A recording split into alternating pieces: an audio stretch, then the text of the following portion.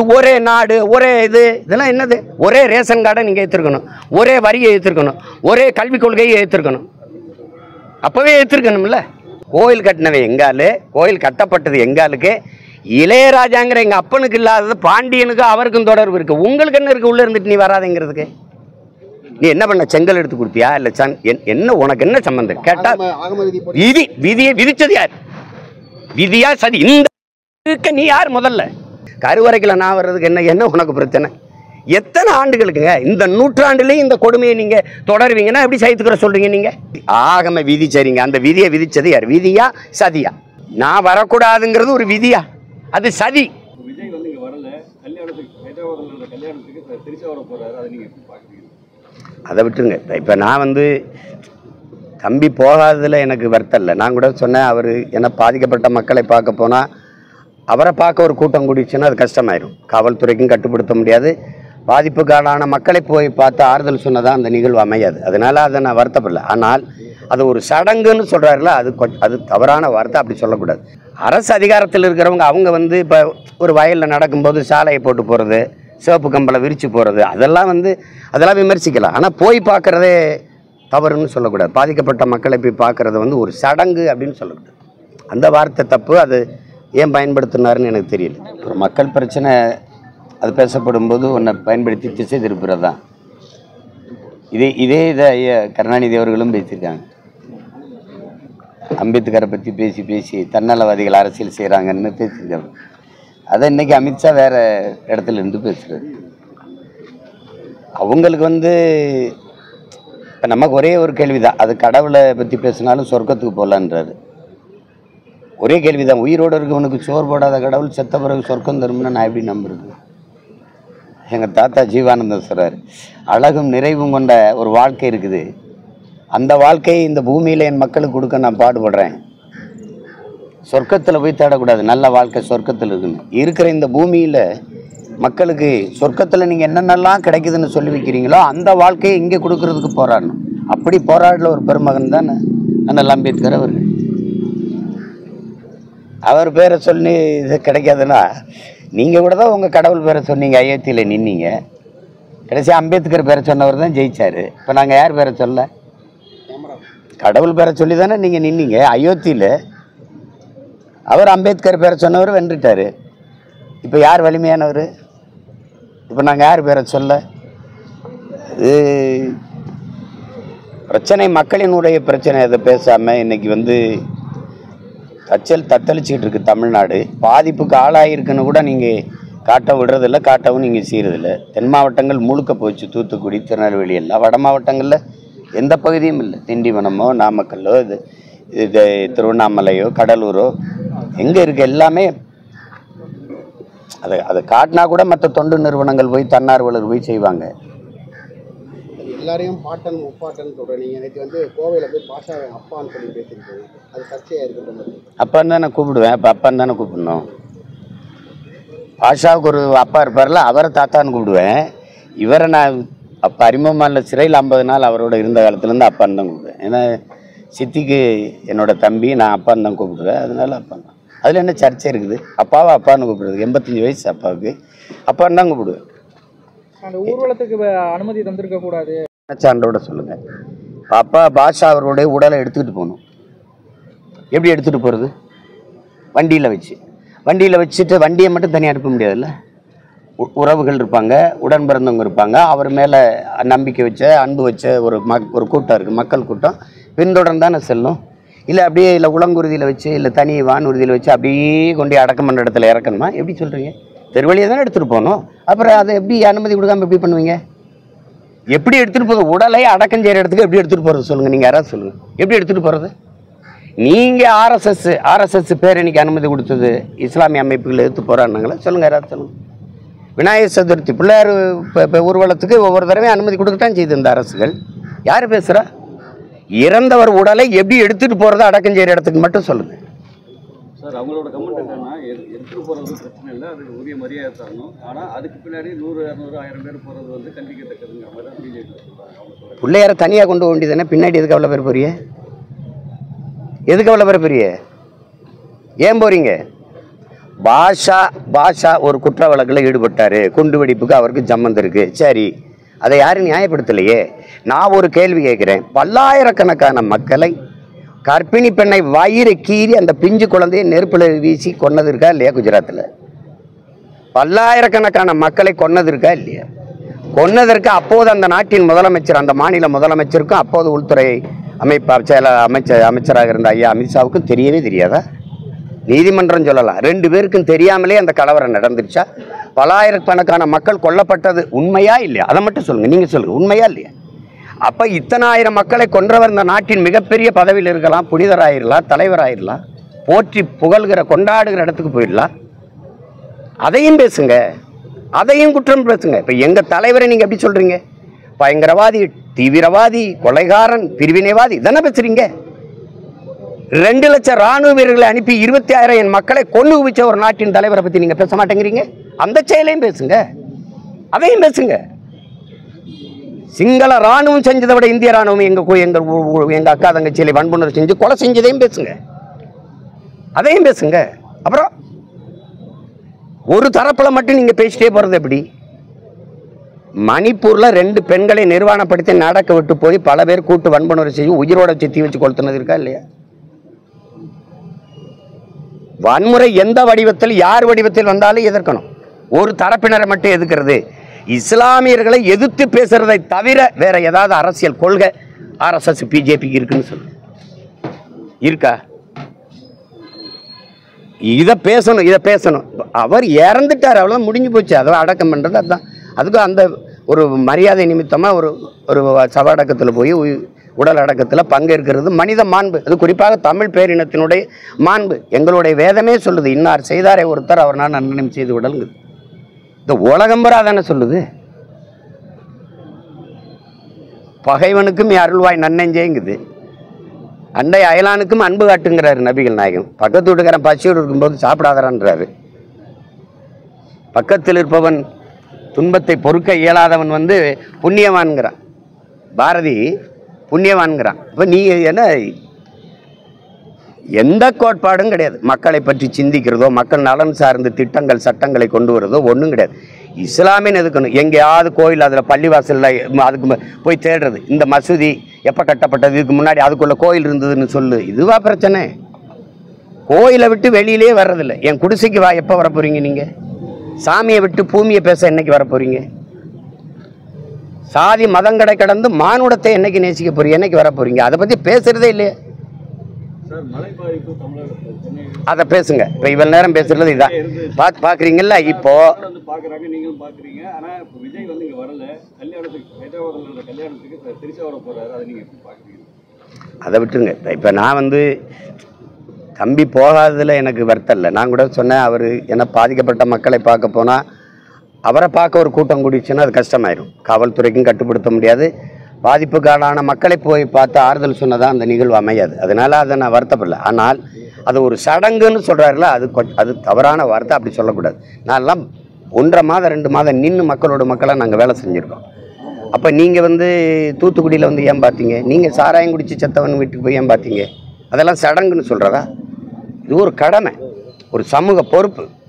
அரசு அதிகாரத்தில் இருக்கிறவங்க அவங்க இப்போ ஒரு வயலில் நடக்கும்போது சாலையை போட்டு போகிறது, சிவப்பு கம்பளை விரித்து போகிறது, அதெல்லாம் விமர்சிக்கலாம். ஆனால் போய் பார்க்குறதே தவறுன்னு சொல்லக்கூடாது. பாதிக்கப்பட்ட மக்களை போய் பார்க்குறது ஒரு சடங்கு அப்படின்னு சொல்லக்கூடாது. அந்த வார்த்தை தப்பு. அது ஏன் பயன்படுத்தினாருன்னு எனக்கு தெரியல. ஆனால் ஒரே நாடு ஒரே தேர்தலுக்கு ஏடிஎம்கே ஆதரவு தெரிவிச்சிருக்கு. அது அவர்கிட்ட தான் கேட்கணும். ஒரே நாடு ஒரே தேர்தலுங்கிறத முதல்ல கொண்டு வந்தது காங்கிரஸ். அந்தப்போ ஆதரித்து பேசுனது ஐயா கருணாநிதி அவர்கள் 1975 நினைக்கிறேன். பேசுகிற குரல் வழி இருக்குது. நீங்கள்லாம் கூட நெஞ்சுக்கு நீதியில் எழுத்தில் இருக்குது. குரல் ஒளியிலே ஐயா பேசுனது இருக்குது. அவருடைய பிறந்த நாளில் பேசுனதுக்கு அம்மையார் இந்திரா காந்தி அவர்கள் பாராளுமன்றத்திற்கும் சட்டமன்றத்திற்கும் தேர்தல் வருவதால் செலவு மிச்சப்படுத்தப்படும் என்று நாங்கள் பொதுக்குழுவிலே கூடி தீர்மானம் அப்படிலாம் பேசியிருக்கிறது. என்ன யார் என்னுக்கு அனுப்பணும்? நான் அனுப்புகிறேன்.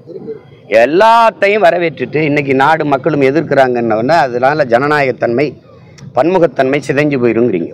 ஒரே நாடு ஒரே தேர்தல்ங்கிறது ஏற்கிறது மாதிரி ஒரு துரோகம் ஏதாவது இருக்கா? உங்க எல்லாரையும் கேட்குறவங்க மனச்சான்று, இந்தியா ஒரே நாடா? பல நாடுகளின் ஒன்றியம், 28 நாடு 8 ஒன்றிய பிரதேசங்கள் யூனியன், யூனியன் டெரிட்டரி, யூனியன் பிரதேசம். இது எப்படி நீங்கள் வந்து ஒரே நாடுங்கிறீங்க? என்னுடைய மொழி, என்னுடைய கலை கலாச்சாரம், என்னுடைய பண்பாடு, என்னுடைய வழிபாடு எல்லாமே வேற. என்னுடைய உணவு பழக்க வழக்கம், உடை எல்லாமே வேற. இங்கே பாருங்க, ஒரே முக்குளத்தோர்னு ஒரே சமூகம் தானே, ஒரே சமூகமாக தானே நீங்கள் பார்க்குறீங்க. தேவர் தானே. அகமுடையர் மறவருக்கு பொண்ணு கொடுப்பாரா? அகமுடையர் வந்து அக்கா மகளை கட்ட மாட்டாங்க, அக்கா மகளை கட்டுவாங்க, மறவர் கட்ட மாட்டாங்க, கல்லர் கட்டுவார். இது ரெண்டுக்கு மாறுபடுதா இல்லையா? சொல்லுங்க. நீங்கள் மறவரில் வந்து எங்களுக்கு தாய் வழிய கிளை, அதனால சொந்த ரத்தம் ஆயிடுது, அக்கா மகளை கல்யாணம் பண்ண மாட்டான். அகமுடையரில் அக்கா மகளை திருமணம் பண்ணுவாங்க, கல்லரில் அக்கா மகளை திருமணம் பண்ணுவாங்க. ஒரே சமூகத்தில் இவ்வளோ மாறுபாடு இருக்குது. நீ அதை விட்டுட்டு ஒரே நாடு, ஒரே இதெல்லாம் என்னது? ஒரே ரேஷன் கார்டை நீங்கள் ஏற்றிருக்கணும், ஒரே வரியை ஏற்றிருக்கணும், ஒரே கல்விக் கொள்கையை ஏற்றிருக்கணும். அப்போவே ஏற்றிருக்கணும்ல. நீங்கள் விஜய் பற்றி சொன்னீங்க, அவர் சினிமா சாதாரண கூட்டம் கூடன்னு சொல்றீங்க. இப்போ எலெக்ஷன் நிற்க போறாரு, அப்போ இப்படி தான் இருப்பாரா? நீங்கள் என்ன அவர் வந்து சினிமா நடிகராகவே பார்க்குறீங்களா? அதை விடுங்க, ஏன் நீங்கள் எடுத்து அவரை விடுங்க தம்பி, போய் அதே பேசிட்டு வேண்டியதில்லை. சார், இப்போ சனாதானத்தை பற்றி பேசின உதயநிதி வீட்டிலேயே வந்து பிராமண பூஜை பண்ணியிருக்காங்க, பிராமண தோஷம்னு சொல்லி பண்ணியிருக்காங்க. ஸ்ரீரங்கம் ரங்கராஜன் திருச்சியில் கைது பண்ணியிருக்காங்க. அது ஒரு கொடுஞ்செயல். நீங்கள் செஞ்சிட்டீங்க, பாத பூஜை செஞ்சுட்டு போங்க. அதை நான் இந்த மாதிரி நேர்காணலில் சொன்னதுக்கப்புறம் தான் அவரை வந்து உடனடியாக வழக்கு போட்டு உள்ள தள்ளிட்டீங்க. நீங்கள் தவறு செய்வீங்க, அதை வெளிப்படுத்தினா அவரை தூக்கி உள்ளே வைப்பீங்கன்னா இது எந்த மாதிரியான ஜனநாயக அமைப்புன்னு நீங்கள் பாருங்கள். சனாதனத்தை எதிர்க்கிறதுங்கிறது வெற்று வார்த்தையாக இவங்க பயன்படுத்துகிறாங்க. ஒரு பிறப்பின் அடிப்படையில் ஒருத்தருக்கு பிறப்பாலேயே ஒருத்தருக்கு உயர் பதவி கிடைச்சிருங்கிற கோட்பாடு தான் சனாதனம். இவ்வளவு ஒரு நாட்டுக்குள்ளே இல்லாத துணை முதல்வர் வந்து உங்கள் வீட்டுக்குள்ளே இருக்கிறாருங்கிறத திறந்துச்சு. இப்போ ஒவ்வொரு சமூகத்துக்கும் எடுத்துக்கிறங்க, நீங்கள் எடுத்துக்கிறங்க. இப்போ நான் ஒரு எளிதாக புரிகிற மாதிரி ஒன்று சொல்கிறேன். இப்போ நான் நாடார், நான் ஒரு கோனார்னு வச்சுக்கிறேங்க. நான் கோனாருக்கு நாட்டில் 2 அமைச்சர் தான். ஆனால் உங்கள் வீட்டிலே 2 அமைச்சர், அது முதன்மையான அமைச்சர்கள், முதலமைச்சர், துணை முதலமைச்சர் 2ஐயும் நீங்கள் வச்சுக்கிறீங்க. இது எந்த மாதிரியான சமூக நீதி? இந்த கேள்வி யாருமே கேட்கக்கூடாதுங்கிறது தான் சனாதனம். இது உங்களுக்கு நீங்கள் தவறு பண்ணுவீங்க, அதையும் நாங்கள் கேட்கக்கூடாது. அவர் என்ன சொன்னார்னு இந்த மாதிரி செஞ்சுருக்காங்கங்கிறத ஒருத்தருக்கு அழைச்சி அந்த போய் செஞ்சவர்கிட்ட நிரூபிச்சிட்டாரு, அவ்வளோதானே. அவர் எதுக்கு உள்ளதில் நீங்கள்? பல்கலைக்கழக துணைவேந்தர்கள் தேடுதல் குழு வந்து தமிழ்நாடு அரசு அமைச்சது வந்து தப்பு, அதை திரும்ப பெறணும் நேற்று ஆளுநர் வந்து தமிழ்நாடு அரசு சொல்லியிருக்காங்க. அதெல்லாம் இல்லை. இது ஆளுநர் அவர் அந்த அதிகாரத்தை அவருக்கு வேணும் பெறுது, அதை நம்ம ஏற்க முடியாது. ஒரு கேள்வி தானே தம்பி, ஒரு கேள்வி தான். இது மக்களாட்சி, ஜனநாயக நாடுங்கிறோம், மக்களுக்கான அதிகாரங்கிறோம். மக்களால் தேர்வு செய்யப்பட்ட 8 கோடி மக்களால் தேர்வு செய்யப்பட்ட மக்களின் பிரதிநிதித்துவத்தை பெற்ற ஒரு அரசுக்கு இல்லாத அதிகாரம் ஒரு நியமன உறுப்பினருக்கு இருக்குங்கிறத நம்ம ஏற்க முடியாது. அது சரியான ஜனநாயகம் இல்லை, மக்களாட்சியும் இல்லை, மக்களாட்சிக்கு நேர் எதிரானது. அதனால இப்போ தமிழ்நாடு அரசு நியமிக்குதுன்னா அதை நம்ம ஆதரிக்கணும், அதுதான் சரியானது. நீங்கள் ஒவ்வொன்றுக்கும் நாங்கள் வந்து சட்டசபையில் தீர்மானம் போட்டு ஒரு சட்டம் இயற்றி உங்களுக்கு முன்னகர்த்தும் போது நீங்கள் கையெழுத்து போட மாட்டீங்கன்னா இது என்ன வேலை? இது சொல்லுங்கள். நாங்கள் தானே மக்களால் தேர்வு செய்யப்பட்ட ஒரு அதிகாரம் தான் மக்களுக்கான நலத்திட்டத்தை, மக்களுக்கான சட்டத்தை வரைய முடியும். அப்போ அதை அங்கீகரிக்கிறது தான் உன் வேலை. நீ அதை போட முடியாது, அதை செய்ய முடியாதுன்னா அதெல்லாம் சேட்டை. அதனால அதை ஆளுநர் சொல்கிறது நம்ம ஏற்க முடியாது. தமிழ்நாடு அரசு நியமித்ததை சரி, இப்போ இலங்கை அதிபர் வந்து டெல்லி வந்துட்டு போயிருக்காரு, அதை பற்றி என்ன நினைக்கிறீங்க? அதுதான் இப்போ அது நியாயமானது. எப்படின்னா அங்கே வந்து இவங்க வந்து அதானிக்கு வந்து அந்த காற்றாலை மின்சாரத்தை அங்கே நிறுவுறாங்க, நம்ம கடற்கரை ஓரத்துலையும் மலையடி வாரங்களையும், குறிப்பாக நம்ம நிலப்பகுதியில். அதுக்காக பேசுகிறதுக்கு தான் அவர் அழைச்சிருப்பாங்களே, ஒன்றும் இல்லை. ஆனால் நம்ம வைக்கிற கோரிக்கை, அவங்க சொல்கிறத பாருங்கள், மீனவர் சிக்கலை வந்து மனிதாயமான அடிப்படையில் அணுகிறது, பேசி தீர்வு காண்றதுன்னா எந்த மான அடிப்படையில் நீங்கள் 850 பேர் எங்களை சுட்டிங்க? எனக்கு என்ன மனிதாபிமானம் இருக்குது? எனக்கு உரிமை தான் அங்கே இருக்குது. கச்சத்தீவை எடுக்கிறத தவிர என் மீனவ மக்களுக்கு, என் சொந்தங்களுக்கு வந்து அங்கே பாதுகாப்பும் இல்லை, வாழ் உரிமையும் இல்லை. கச்சத்தீவு எனக்கு என்றால் என்னுடைய கடல் பரப்பு தூரம், கச்சத்தீவு அவனுக்கு என்றால் அவனுடைய கடல் பரப்பு தூரம். இப்போ அதான் அங்கே இருக்கிறது. நான் எல்லை தாண்டி வர்றேங்கிறதான் ஒரு குற்றச்சாட்டு. உங்களுக்கு துணிவு கிடையாது. எல்லை தாண்டி கேரள மீனவன் போகிறானா இல்லைன்னா பதில் இல்லை, போகிறான். அவனை ஏன் வலை பறிக்கிறது இல்லை, சுடுறது இல்லை, படகு பறிக்கிறது இல்லை, கைது பண்ணுறது இல்லை? யாராவது ஒரு காரணம் சொல்லணும்ல. அப்போது எல்லை தாண்டி வருவோன் மீனவங்கிறது சிக்கல் இல்லை, தமிழனுங்கிறதான் பிரச்சனை. அதை கேட்க முடியல. அப்போது நீங்கள் கச்சத்தீவு யாருடையது? இந்தியாவின் சொத்தா? யாராவது சொல்லுங்கள். இல்லை எங்கள் பாட்டன் சேதுபதி மன்னனுடைய சொத்தா? என் நிலம், என் பூர்வீக நிலம், என் பாட்டனுக்கு, அது பேரம்பேத்திகளுக்கு சொந்தம். நீங்கள் மன்னர் மாணி ஒழிப்பில் எடுத்துக்கிட்டு நீங்கள் ஒரு தீர்மானம் போடல, ஒரு விவாதம் பண்ணலை, டப்புன்னு எடுத்து கொடுத்து விட்டீங்க. அப்படி தானே? எதேச்சே எடுத்து அப்படியே கொடுத்து விட்டீங்க. அது 99 ஆண்டுக்கு லீஸு கொடுத்தாதான் சொல்கிறாங்க, லீஸ் ஒப்பந்தத்தில். இப்போ அவன் அப்படிலாம் ஒப்பந்தம் இல்லைன்னா அவங்க சொல்கிறாங்க. இது இத்தனீண்டு நாடு, நீங்கள் சொல்லுங்கள், இத்தனை இவ்வளோ பெரிய நாடு, இந்த நாட்டின் குடிமக்களில் இவ்வளோ பேரை சிறைபிடிக்கிறான், மொட்டை அடிக்கிறான். அந்த அவமானம் மொட்டை அடிக்கப்பட்டவனுக்கு இல்லை, இந்த நாட்டை ஆளுகிற அதிகாரங்களுக்கும் தலைவர்களுக்கும் தான். ஒரே சங்கிலியில் 12 பேரை இழுத்துக்கிட்டு போகிறான். எங்களுக்கு துடிக்குது, ஏன்னா ரத்தம் ஒன்றா இருக்குது. நீங்கள் அதை பற்றி கவலைப்படவே இல்லையே, கண்டிக்கவே இல்லையே. ஒரே ஒரு கேள்வி உங்கள் எல்லாத்தையும் கேட்குறேன். குஜராத்தில் ஒரு மீனவனை கைது பண்ண பிறகு பாகிஸ்தான் கடற்படையை விரட்டி போய் இந்திய கடற்படை இராணுவம் பிடிச்சு திருப்பி கொண்டு வந்துச்சா இல்லை? அதை மட்டும் பண்ணிச்சுல்ல. அதே மாதிரி 850 மீனவனை சுட்டிருக்கு, பல மீனவர்களை விரட்டி கைது பண்ணுதே.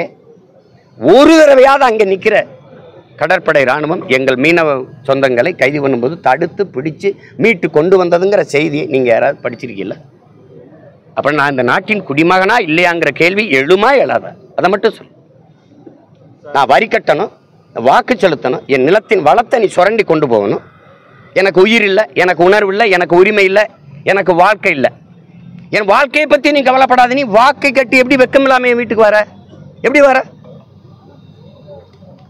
சார், இளையராஜா வந்து கருவறைக்கு அனுமதிக்கப்படலை, ஆனால் எனக்கு எந்த அவமானம் நடக்கலைன்னு சொல்லி அவர் சொல்லியிருக்காரு. நீங்கள் அதை அது எங்கள் அப்பாவுடைய மாண்பு, அவருடைய பண்பு. ஆனால் பார்த்துக்கிட்டு இருக்க பிள்ளைகளுக்குன்னு ஒன்று இருக்குது. இது எத்தனை நூற்றாண்டுகளுக்கு சைக்கிறதுன்னு ஒன்று இருக்குது. கோயில் ஒரு பொதுவாக இப்படி ஒரு கேள்வி கேட்போம், கோயில் கட்டினவே யார்?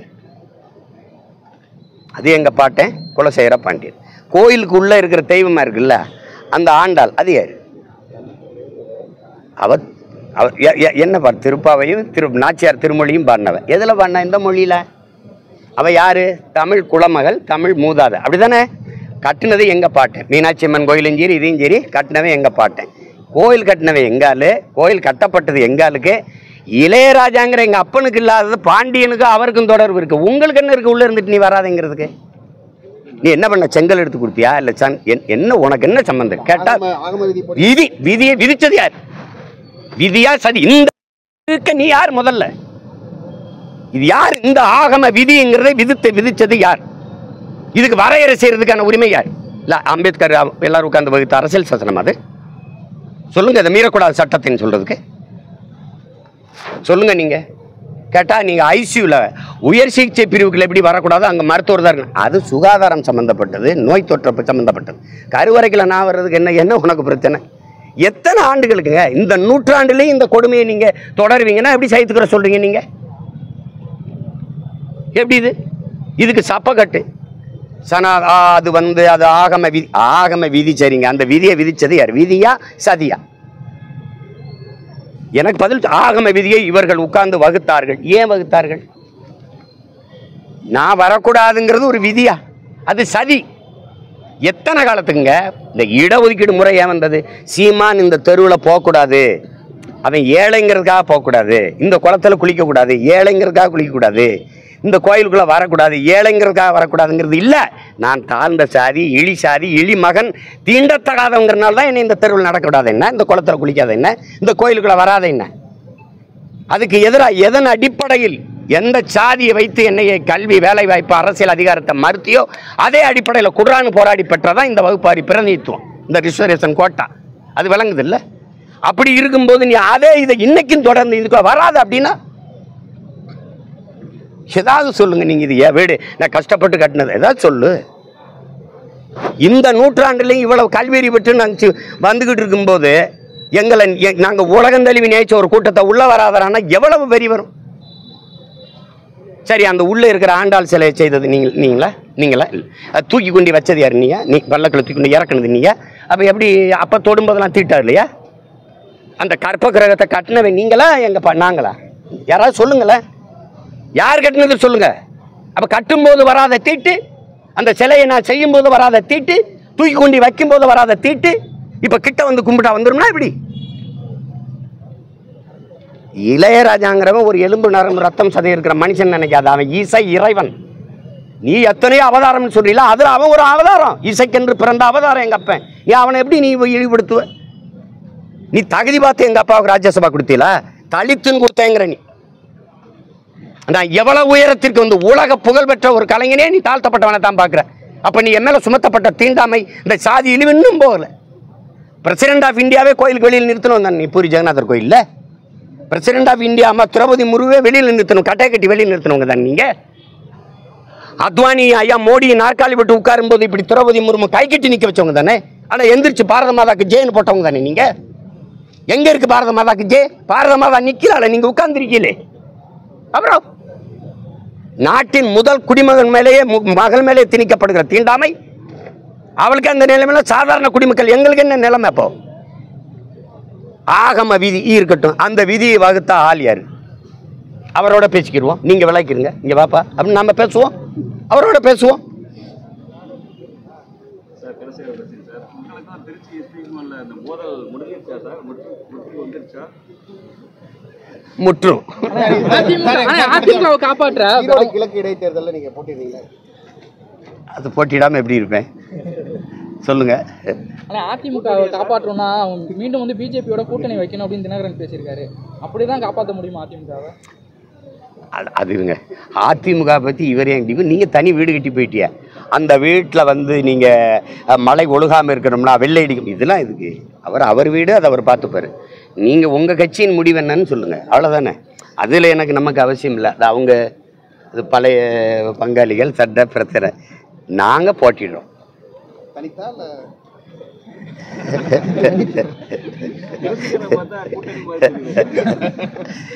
சரி, நான் யார் கூட வைக்கலாம், யாராவது சொல்லுங்க. பொறுப்பு ரெஸ்பான்ஸ் என்னோட என் தலைவன் பிரபாகரன்கிறேன். யாராவது ஏற்கிறீங்களா சொல்லுங்க. யாராவது என் பக்கத்துல அனுப்பியலா சொல்லுங்க. எந்த ஆட்சியிலாவது எங்கள் தலைவர் படத்தை பதாகையில் வைக்க அனுமதிக்கிறீங்களா? பிறந்த நாளைக்கு ஒரு சூரட்டி ஒட்ட விடுறீங்களா? இதெல்லாம் ஒரு கொடுமை. நீங்கள் இதை சரி போதும்னு நினைக்கிறேன்.